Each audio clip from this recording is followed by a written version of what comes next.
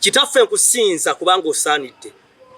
Oli Katonda kitaffe yabangawo obulamu bwange paka leero. Gwanyambye okumpeera Mukama n'okunsindikira bonna abanyambyeko paka leero. Nakwebazanga kitaffe gwatuula mu ggulu. Oli kitaffe Yesu Kristo omulokozi wange. Nfukamidde wano mu maaso go.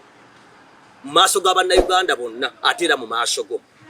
Nga nsaba ekisonyiwo okulw'ebyo byonna ebitagenze bulungi mu bulamu bwange obw'omwoyo, mu bulamu bwange obw'omubiri, mu nkolagana yange n'abantu ne mu bulamu bwange obw'ensimbi. Kubanga Mukama siri mutuukirivu era siyinza kugamba nti sirina kibi. Nkwegayiridde kitaffe omulungi naaza n'omusaayi gwo. Ebyakolebwa ewaffe yonna Mukama bye nakola mu buto nga simanyi, bye nayogera nga bibi. Kitaffe omulungi nsaba ekisonyiwo gy'oli. Kitaffe omulungi Yesu w'e Nazaaleesi nnyimirira mu maaso g'okugamba nti ndi musajja munaku atalina kintu kyonna. Gye wansi gy'omanyiyo kitange omumanyi n'emmange nakijoba. Abantu bano abandaba mulimu abanjereze ne baŋŋamba nti ndi munaku, ndabika bubi era ndi musiiwuufu. Kitaffe omulungi amazima tonnampa mukisa ky'ova olaba ndi musiiwuufu era ky'ova olaba ndabika bubi. Byonna bye boogera Mukama tekuli kya bulimba kubanga ndabika bubi. Neggwayimusa abanaku n'obajja wansi n'obatuuza n'abalangira. Era kitaffe omulungi Yesu w'e Nazaaleesi okyusa obulamu bw'abantu buli kaseera. Obulamu bwange bulinga ya beezi nkulidde mu nnaku Mukama ky'ova olaba ndabika bwenti. Naye nkwegayiridde Mukama jangu oyimukire obulamu bwange nneme okuddamu okulaba ennaku mu nsi. Mukama sigendangako bweru wadde okulinnya ennyonyi nkoma ntebe. Nkwegayiridde ntwalaako ebweru ntambuze mu mawanga gonna si kukyakala Mukama wabula okukola emirimu egy'obuvunaanyizibwa. Nkwegayiridde kitaffe atuula ku bakalubi ne baseraafi. Katonda atuwa omukka Katonda w'eggwanga lya Uganda eno ndi mu maaso g'abantu bonna bonna Mukama mbisabye bawulira. Nkwegayiridde nfuule omulokole omutuufu. Neme okukola amaka aganaamenyeka aganaakola divorce. Neme okunywa omwenge, neme okusiyaga, neme okunywa enjaga, neme okukyama ku mukono ogwa ddyo waawo ogwa kkono wabula mbeerenga mu maaso g'ekitaffe omulungi. Leka Abagalatiya 5:22 ebeere mu bulamu bwange. Na Isaaya 10:1 ebeere mu bulamu bwange kitaffe omulungi. Amayinja 12 agazimba Isirayiri gabeere ku bulamu bwange. Ontaase siriimu kubanga bagamba nti nalwala siriimu. Era Mukama bagamba mu Uganda nti bwogera ku Kyagulanyi ofa, bagamba Kyagulanyi tayogerwako.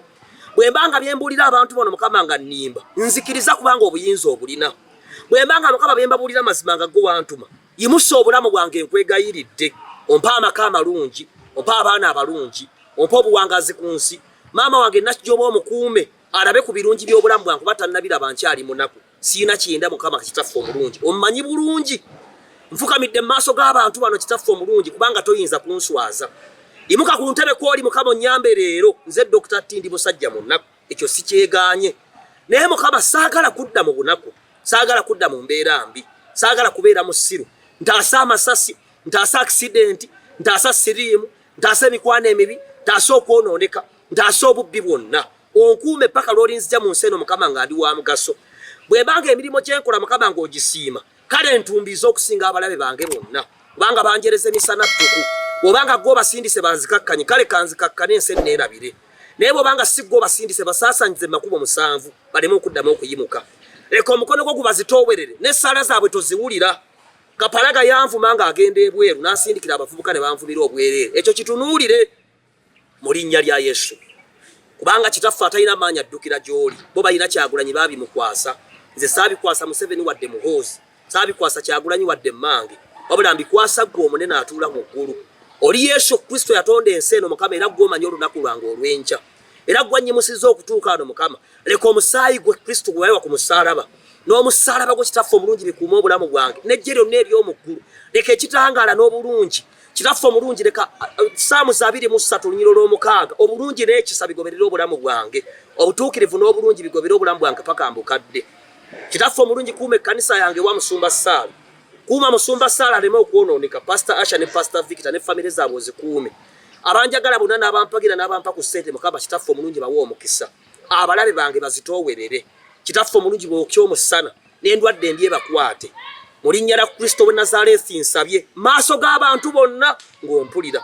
Kino kye nsembyayo Mukama. Nzija mu bunaku, nzija mu nnaku, nzija mu kukaaba, nzija mu kulomba, nzija mu kulabika obubi, nange ompa okulabika obulungi. Mpe emmotoka kubanga nninnya booda. Mpe ekyokulya Mukama ne rwenti. Mpa poloti Mukama nzimbe. Mpa obugagga kitaffe omulungi mbisabye bawulira ate nga nsaba mu linnya lya Kristo erinnya eryatuweebwa. mu linnya lya Yesu ow'e Nazaaleesi omwana Katonda omulamu. Pawulo yatugamba bwe tusabanga n'ey'okwebaza tugikolanga. Weebale Mukama kubanga ongaggawazza. Weebale Mukama kubanga ompadde amaka. Weebale Mukama kubanga onkulaakulanyizza era ontambuza amawanga gonna. Weebale Kitaffe omulungi Yesu n'Omwana n'Omwoyo Omutukuvu. Era mbisabye nga mpita mu linnya lya Kristo ow'e Nazaaleesi alina obuyinza kufa n'amagombe. Amiina.